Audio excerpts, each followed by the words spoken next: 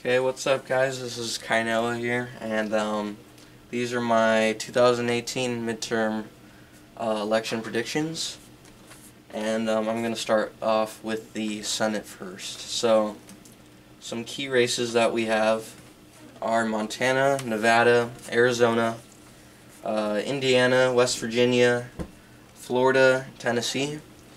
And based on fake news polls, they're not very reliable, but based on what the polls are saying, is that Republicans are in the lead in Indiana, Tennessee, Montana, and Nevada. And for fake news, that's pretty good. So, like, if fake news is saying that we're gonna win, we're probably gonna win even bigger. And then the polls also say that the Democrats are in the lead, slightly in the lead, in West Virginia, Arizona, and Florida. So, might say that, but probably not true. Just like they were wrong in the 2016 election with Donald Trump. So, starting with Nevada, we have Dean Heller and Jackie Rosen. So, Dean Heller's the incumbent Republican, and he's kind of a moderate. He didn't really support Trump on a number of issues, but he did support the health care bill.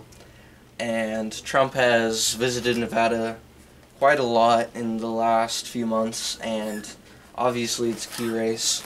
So, based on polls, based on how many times Trump's visited state, and based on the record of Dean Heller, I'm going to rate this a lean Republican, because I think that Dean Heller for sure has a chance, considering the fact that Nevada, although voted for Hillary Clinton in the election in 2016, Dean Heller's not a big Trump supporter, and he is a moderate, so I think he'll appeal to independent voters in Nevada. So in Arizona, another big race in the midterms, we have Martha McSally and Kyrsten Sinema. So Kyrsten Sinema is a representative in Arizona, as well as Martha McSally. And Martha McSally is a fighter pilot, first woman, and she's also a member of Congress. And I went to a rally in Arizona, and I think that people are motivated in Arizona for McSally. So I'm also going to rate that as a lean Republican, even though it is a very close state, and considering the fact that Arizonans have voted in two very moderate senators in the past, McCain and Flake, I still think that McSally has a big chance of winning in Arizona. So next we have Florida, another big state, and we have Bill Nelson and Rick Scott. So Bill Nelson is an incumbent. He's been in the Senate since 2000, so unlike the others, he's been in the Senate for a while, and he's going up against Rick Scott, who was the governor.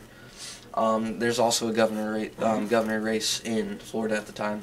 So Rick Scott is sort of a moderate. He actually kind of went against the NRA when we had the fake Parkland shooting happen in Florida, and he went against the NRA, not very popular, but for Florida being a swinging state, he did appeal to independent voters, and he is got a lot of money behind him, considering the fact that he's a businessman. So he's for sure outspending Bill Nelson 4-1, and so he does have a small lead in Florida to some polls, but I'm definitely going to lean that Republican victory, because the fact that the fake news polls are saying that he'll win, definitely going to be a big one in Florida. So in Tennessee, we have Martha Blackburn and Phil Bredesen. So this race is interesting because Martha Blackburn is very far right. Well, that's what the fake news says, but she's far right, meaning she's big on Trump. She supports Trump. She's had a few visits from Trump, and she is very anti-abortion, so pro-life. And Phil Bredesen is a former governor of Tennessee, but he also has been very popular considering the fact that he's a Democrat. But they do give a lead to Martha Blackburn, which is pretty good because early this year they gave Bredesen a lead, considering the fact that Martha Blackburn is very, very pro-Trump, and Tennessee also has some moderates that they've elected in the Senate, such as Bob Corker. So this will be an interesting race. I also rate that as another victory for the Republicans. Moving on to Missouri. So Missouri, we have Claire McCaskill and Josh Hawley. So McCaskill has only been, I believe, for one term in the Senate.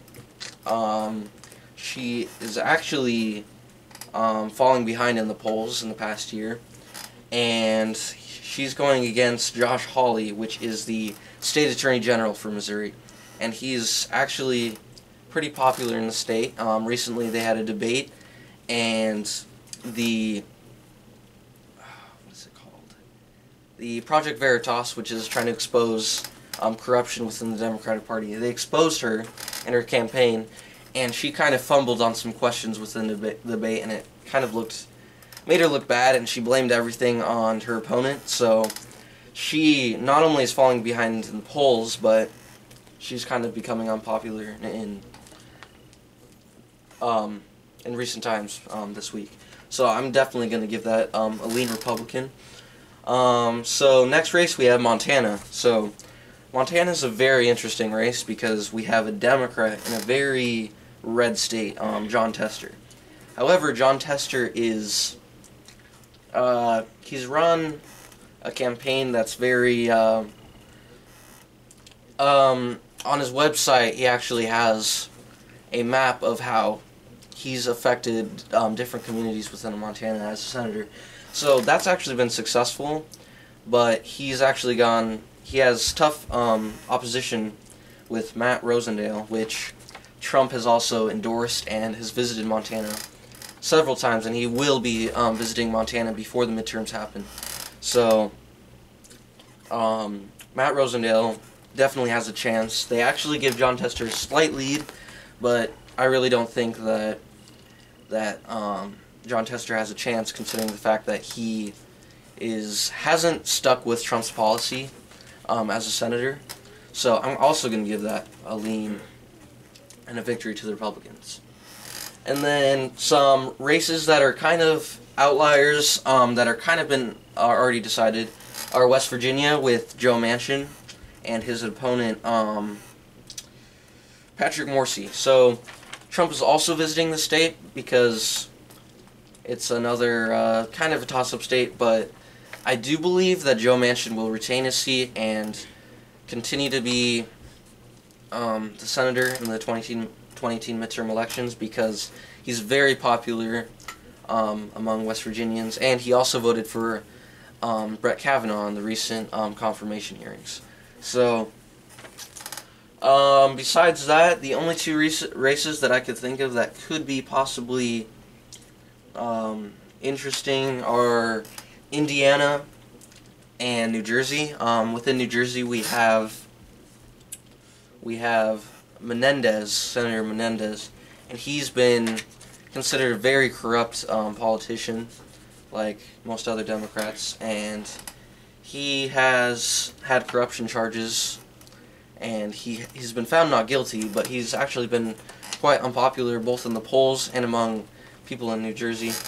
But I do believe that he will retain his seat, considering the fact that New Jersey's been quite liberal, and they also voted for Hillary Clinton. And then in Indiana, this one's a little more interesting. We have Joe Donnelly, an incumbent, who is a Democrat, who's actually tried to tie himself as a more conservative Democrat. So in some of his ads, he's quoted Ronald Reagan, and he's tried to connect himself to the rural areas in Indiana, but it's not really working for him, and he's actually been unpopular with his own base within the Democratic Party. So I do think that he's not going to win against his opponent Mike Braun. So in the final count, I believe that the Democrats will have a small 44-seat minority to the Republicans' 56-seat majority. So that will be a 5-seat gain for the Republicans in the Senate. And I'm pretty confident with this prediction. So moving on to the House. So I'm not going to get real in-depth with the House because there's approximately 30 seats up for grabs. Well, considered up for grabs and are kind of iffy. Fake news, other organizations have been saying that it's going to be a massive blue wave in the House. And I think that you can parallel this with the 1994 midterm elections, where the Republicans had a massive gain, massive red tsunami with the 1994 against Bill Clinton. And the Republicans actually gained both the House and the Senate, winning record amount of seats in the House. And the Democrats, I think, are hoping that there's a parallel. But they've already failed in the Senate. They're definitely not going to win the Senate back. And in the House, they say that it's in a blue wave. It's going to be a blue wave, but based on the polling, I really don't think that they're going to be able to take it back.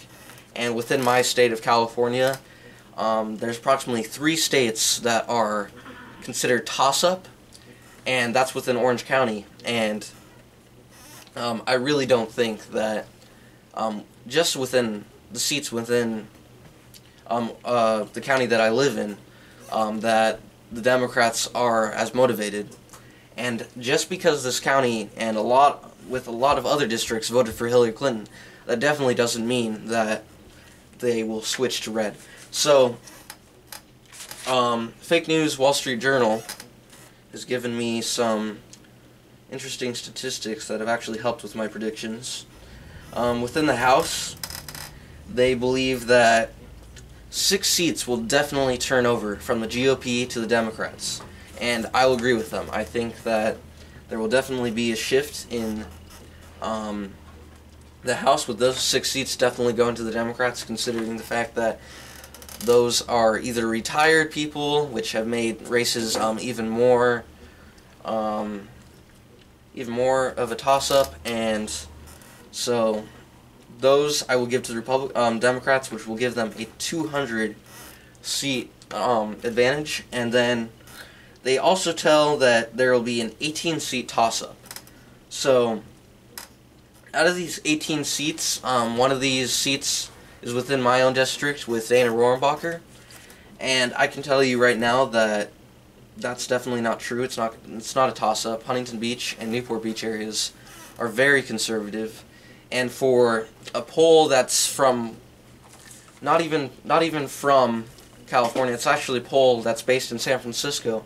So a poll that really doesn't understand the politics of the local area. I really don't think that this area should even be considered a toss-up. I think it's definitely going to go to Dana Rohrabacher, and that's also for a lot of other local seats within Orange County, such as I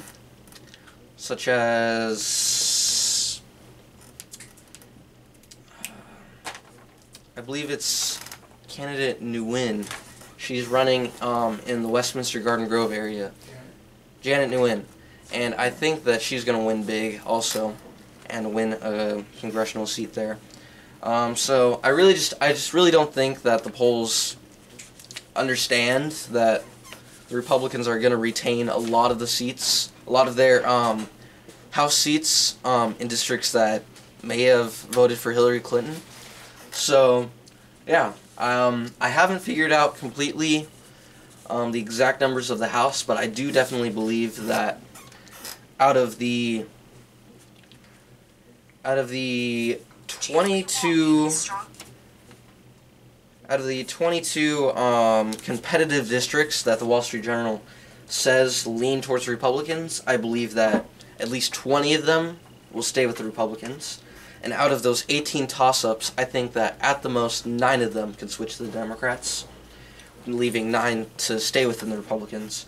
And within the 6 that are believed to switch from the GOP to the Democrats, I believe that all 6 will switch.